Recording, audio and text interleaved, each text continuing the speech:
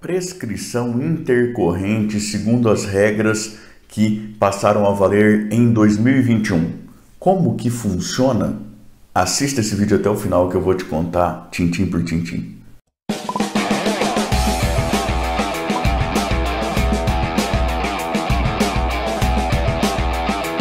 Eu sou o professor Thiago Caversan e compartilho semanalmente, aqui mesmo no canal, vídeos relacionados à teoria e à prática do direito, a partir já de vários anos de experiência como advogado e também como professor universitário.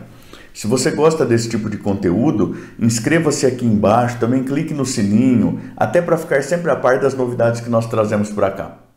Hoje eu quero conversar contigo sobre prescrição intercorrente e, notadamente, a respeito daquilo de que trata o artigo 921 do Código de Processo Civil, lá segundo aquilo que decorre da Lei 14.195 de 2021. Ela introduziu algumas alterações aí no Código de Processo Civil, importantes alterações, e algumas dessas alterações estão concentradas lá no artigo, justamente no artigo 921, que trata de suspensão do processo de execução e trata também aí da possibilidade de prescrição intercorrente. A gente vai procurar entender o que significa isso da forma que está organizado hoje. Eu vou te fazer aqui duas advertências iniciais. A primeira é que eu não vou me concentrar em como funcionava antes, até para evitar causar confusão, e que também não é exatamente isso de que eu vou tratar aqui agora, que é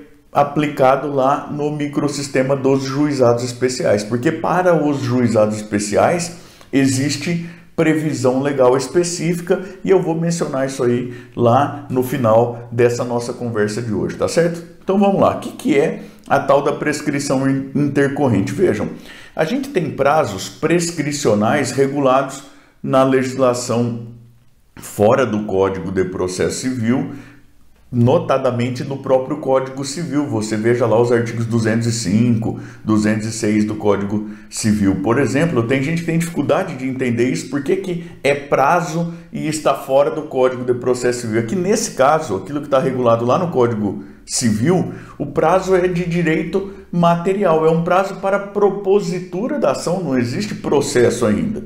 Então, uma pessoa que sofre um prejuízo precisa pleitear reparação civil, por exemplo. Segundo o parágrafo 3º lá no artigo 206 do Código Civil, ela tem um prazo de 3 anos para exercer essa pretensão. Então, ela tem um prazo de 3 anos aí para propor a ação, para formular a demanda perante o Poder Judiciário.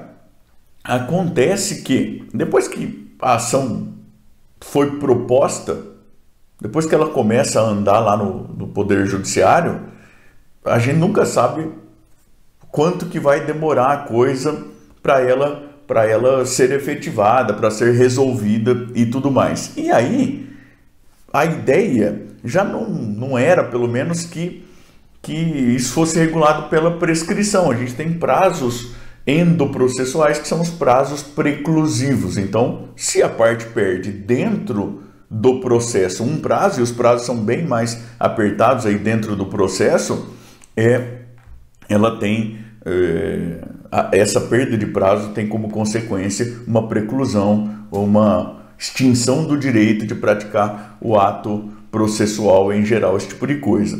Agora veja, muitas vezes isso não é suficiente, o processo está lá, ainda precisa ser resolvido. Bom, no caso de negligência das partes na promoção de andamento do feito, a gente ainda tem uma possibilidade de extinção por negligência, por abandono de causa, aquilo que é regulado lá pelo artigo 485, incisos 2º e 3º. Agora, tem um outro problema.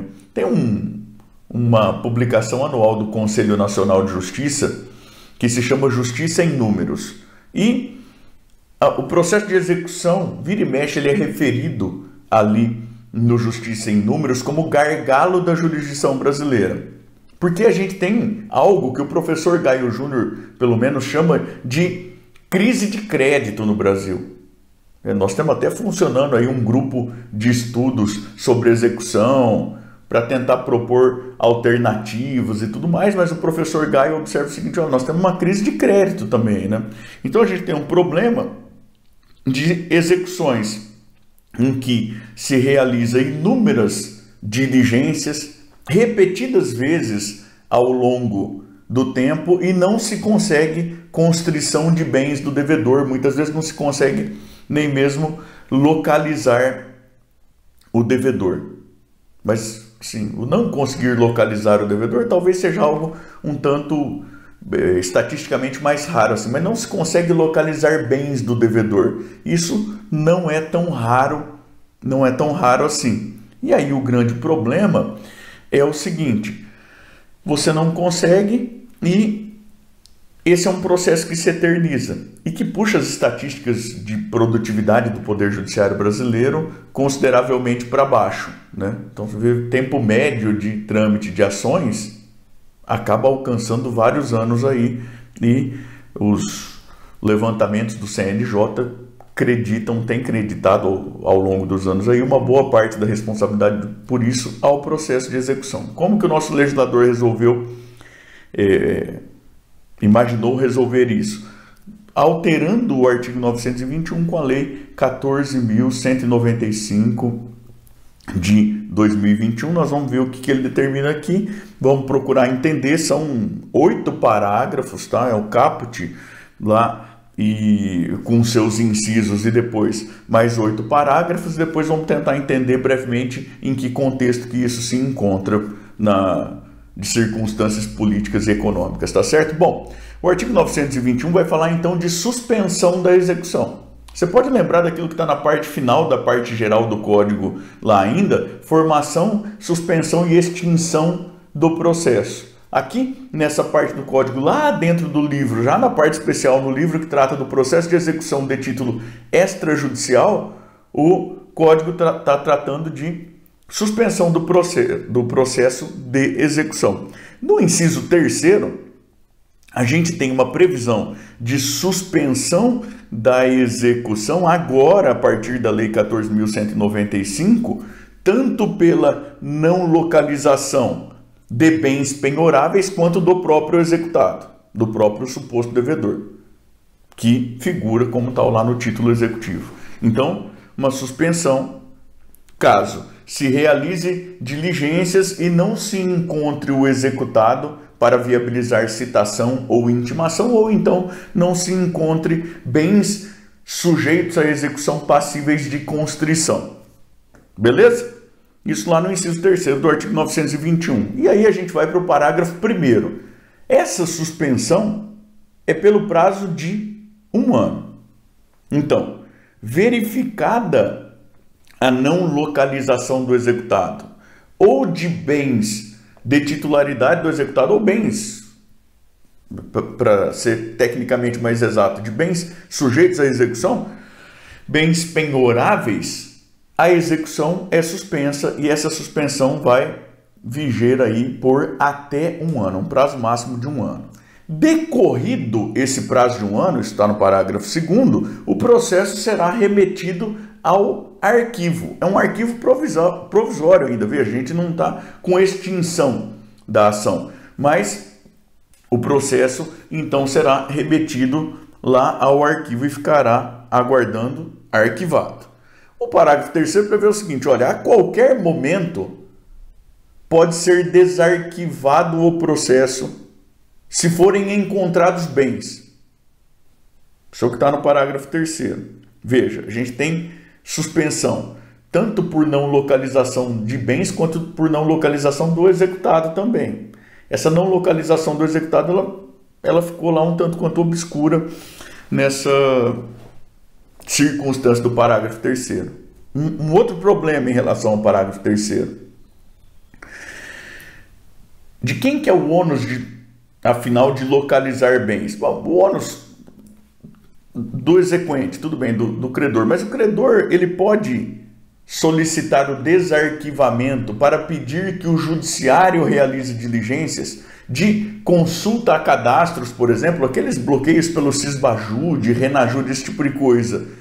Essa pretensão dá ensejo ao desarquivamento do parágrafo 3º, ou para solicitar o desarquivamento, o exequente já precisa demonstrar aí, trazer no mínimo indícios aí da existência de bens? Essa é uma questão que não é exatamente respondida, pelo que me parece, pelo menos, pelo parágrafo 3º.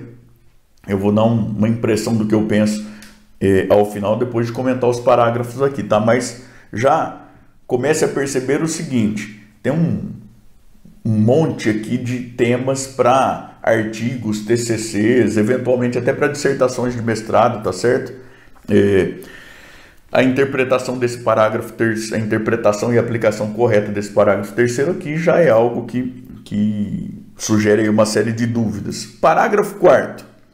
O termo inicial da ciência, aliás, o termo inicial da contagem da prescrição, do prazo prescricional intercorrente, porque veja, o que nós estamos tratando aqui é de uma prescrição dentro do processo.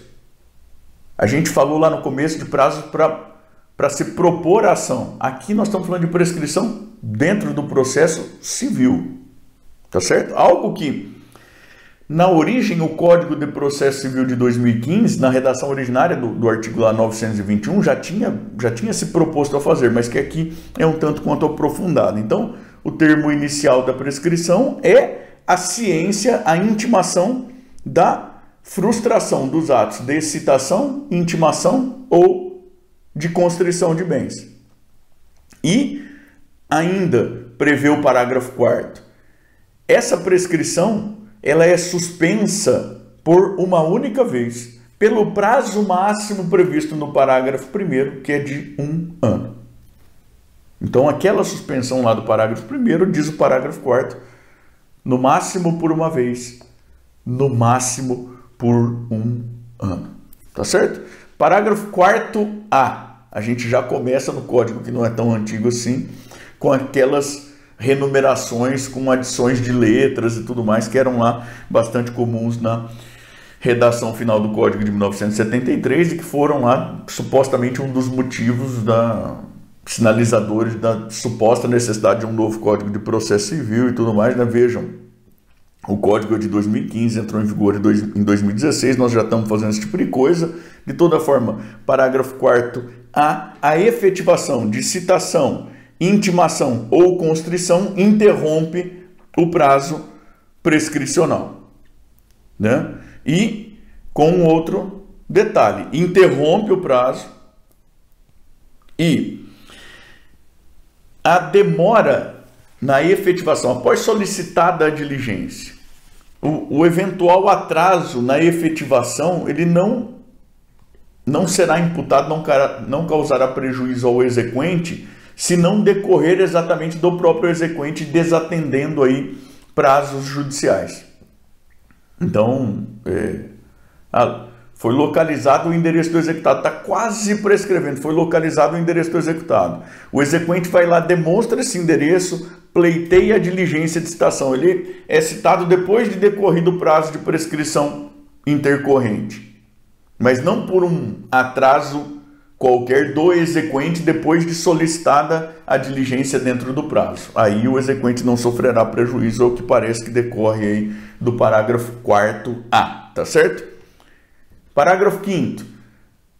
Verificada a prescrição intercorrente, porque vejam, não se conseguiu encontrar o devedor, o executado ou bens sujeitos à execução. Suspende por até 1 ano, né? E dessa frustração deve ser intimado o exequente. Nós já vamos ver isso melhor, mas suspende por até 1 ano. Passado 1 ano, vai para o arquivo e começa a fluir o prazo prescricional, né? Passou o prazo prescricional, que na maior parte das vezes aqui, pelo que me parece, será de 5 anos, tá certo? Passou o prazo. O que o parágrafo 5º está dizendo? O juiz pode decretar essa prescrição, inclusive de ofício, e assim extinguir o feito. A única observação do parágrafo 5º é, olha, Por conta da vedação de decisão surpresa, as partes devem ser intimadas para se manifestarem antes da decretação da prescrição e extinção da execução por esse motivo. Tá certo? Mas a decisão é possível de ser tomada de ofício. Parágrafo 6º. Só haverá decretação de nulidade desse procedimento todo quando a parte provar efetivo prejuízo. E veja que a redação aqui já sugere que a parte ter perdido a possibilidade de efetivação do crédito dela, muito possivelmente não será considerado prejuízo, por incrível que pareça, tá certo? Então é um prejuízo procedimental. E aí a redação legislativa dá até um sinal nisso, fala, olha, esse prejuízo será presumido caso não tenha sido observada aquela intimação do parágrafo 4º. Qual a intimação do parágrafo 4º? Aquela intimação da frustração da diligência de citação, intimação ou de tentativa de constrição de bens. Tá certo? Nesse caso, você tem uma presunção do prejuízo. Outros prejuízos precisam ser arguidos e demonstrados pela parte que se sentir prejudicada. Tá certo? E aí o parágrafo 7º, professor, o senhor falou que eram 8. Pois é, mas é que agora tem o 4º A, né? Então são 8. Termina no 7º, mas são 8. Coisas de Brasil, né? Parágrafo 7º prevê a aplicabilidade desse procedimento ao cumprimento de sentença. Observe o parágrafo 7º. Aquele regulado pelo artigo 523, que é o cumprimento de sentença da obrigação de pagar quantia. Tá certo? São uma série de problemas aqui, que eu vou mencionar alguns, tem um monte, mas vou mencionar alguns. Começando de trás para frente aqui. Aplicabilidade ao cumprimento de sentença também, certo? Artigo 520, aquele regulado pelo artigo 523. E as demais espécies de cumprimento de sentença? Por exemplo, o cumprimento de sentença contra a fazenda pública. Isso aqui é aplicável também? Nós vamos aplicar isso de maneira analógica, a interpretação tem que ser restritiva, precisa de interpretação analógica ou nem precisa? Tá aqui uma questão interessante de ser pensada também, né? Então, né? Porque isso é o que está na redação, veja lá o parágrafo 7º depois, por favor. E a gente tem uma série de problemas, né? Que é o seguinte, veja, o artigo 5º da Constituição Federal, no inciso 35, ele garante acesso à jurisdição a quem sofre uma ameaça ou uma lesão. E já faz bastante tempo que nós temos entendido que é um acesso qualificado à jurisdição, não é só uma porta de entrada, não, é uma porta de entrada a uma atuação qualificada do poder judiciário. E aí, segundo o que a gente tem visto estatisticamente, existem milhões de processos aos quais não se consegue dar uma finalidade, um termo, justamente talvez por conta daquilo que o professor Gaio tem chamado aí de crise do crédito. Agora, esse procedimento talvez seja um convite à persistência na inadimplência. Nós temos alguns devedores que não se sentem comprometidos com a obrigação que eles têm. E isso é um problema sério. A preocupação, no nosso contexto cultural aqui, muitas vezes é só do credor. O devedor não perde o sono porque deve. E agora parece que surge uma chance para ele tentar ao máximo empurrar com a barriga para a coisa morrer. Né? E isso pode ser um problema sério no nosso contexto socioeconômico, porque, de outro lado, o credor pode se sentir vitimado por um sentimento de descrédito institucional enorme. E quando as pessoas não conseguem confiar nas instituições, elas se sentem convidadas à barbárie. E a opção pela barbárie é um mergulho de séculos aí em direção a algo que nós desejamos superar ao longo da história, né? Mas o direito é o contrário disso. Então imagine você que sofre uma situação toda dessa aqui, vê um devedor empurrando demais com a barriga, aí tem uma extinção, um tempo depois ele aparece com um carro no nome dele, com dinheiro em conta, vivendo lá muito bem e tudo mais. E você não conseguia demonstrar isso antes, apesar dele viver sempre bem, porque no Brasil não se presume a má fé. Olha que problema sério. A gente talvez esteja criando aqui mais um incentivo para o devedor não se preocupar tanto assim com as suas obrigações, quando ele não tem lá aí bens no nome dele. Tem outros dois detalhes que são interessantes. É bem verdade que você pode pensar o seguinte, olha, mas as pessoas que como credoras, como possíveis credoras contratam, elas têm um dever de diligência, elas não podem impor ao judiciário os ônus da negligência delas no momento da contratação. Isso é verdade. Agora, isso apenas já sugere algumas outras reflexões. Primeiro, nem sempre o credor fez negócio com o devedor, porque existe a tal da responsabilidade aquiliana também, a responsabilidade extracontratual, não é? Às vezes o devedor é o cara que foi lá e bateu na traseira do credor. E esse credor não tem escolha se não tentar se ressarcir de seu crédito em face exatamente daquele devedor.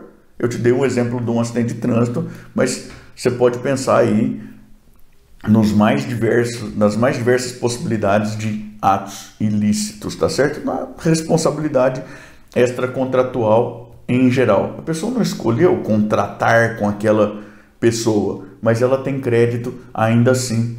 Veja só você que problema sério.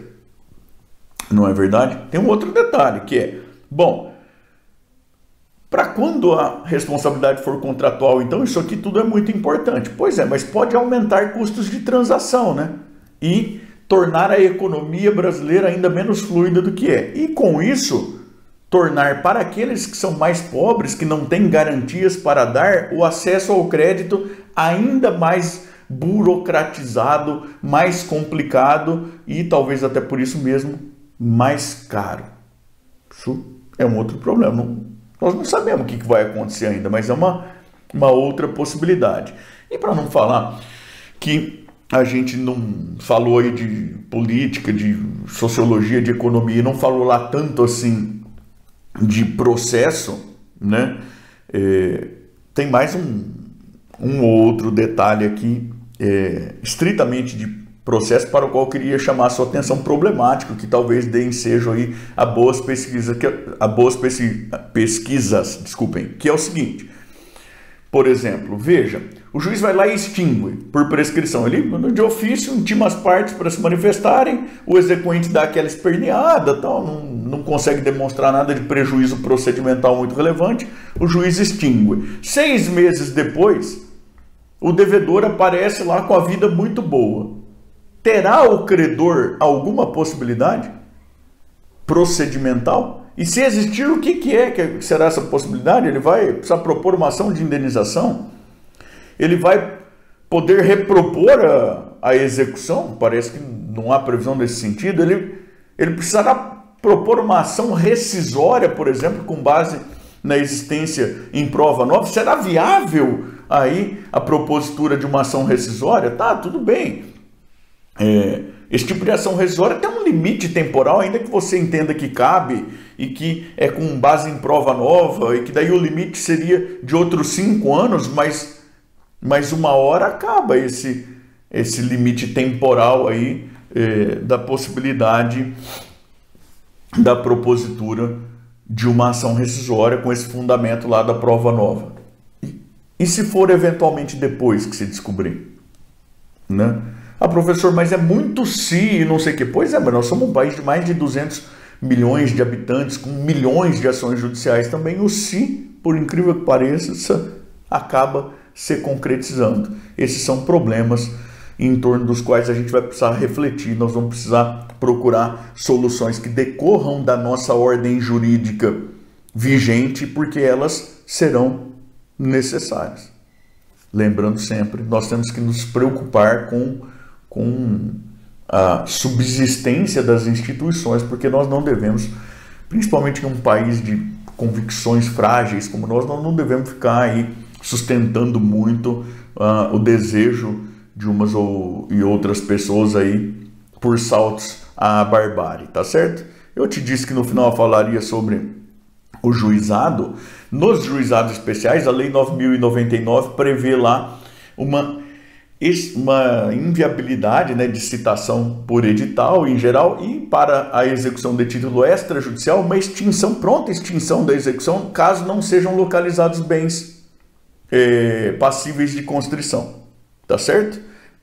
Então isso aqui não é aplicável lá ao juizado. Tem um detalhe, a Lei 9.099 prevê especificamente essa extinção pronta para as execuções de títulos extrajudiciais, não para as execuções de títulos judiciais, o cumprimento de sentença lá no âmbito dos juizados, mas o Poder Judiciário aplica a extinção também para as execuções de títulos judiciais lá no juizado. Veja depois, a Lei 9.099 no juizado funciona de outro jeito que não esse regulado aqui pelo artigo 921 do Código de Processo Civil, tá bom? Eu sei que o nosso papo foi lá um pouco longo, mas é um tema bastante interessante, bastante importante também. Eu queria te convidar a conversar comigo sobre o tema e sobre outros assuntos também, aqui pelos comentários aqui embaixo. Eu queria inclusive te convidar a sugerir temas para mim sobre o que você gostaria de me ouvir falando aqui. Sempre que possível eu vou trazer o tema e vou dar o crédito. O vídeo de hoje foi uma sugestão da minha aluna, minha amiga Geviele Rodrigues. É minha aluna no curso de Direito na Universidade Positivo, aqui em Londrina. Tá dado crédito, Geviele, e muito obrigado, tá certo? E vocês, todos os demais, estão convidados. Contem aqui embaixo para mim de onde é que vocês me assistem e sobre o que vocês gostariam de me ouvir falar, por favor, tá bom? Eu também queria te convidar a continuar navegando aqui pelo canal, especialmente a partir deste vídeo aqui em que eu falo sobre a finalidade do direito. Para que serve o direito? Também queria te convidar de novo, por favor, a se inscrever no canal, a clicar no sininho, a dar o seu joinha, a compartilhar o vídeo para outras pessoas aí, para quem ele possa ser interessante, tá bom? Muito obrigado, tchau, tchau, até mais.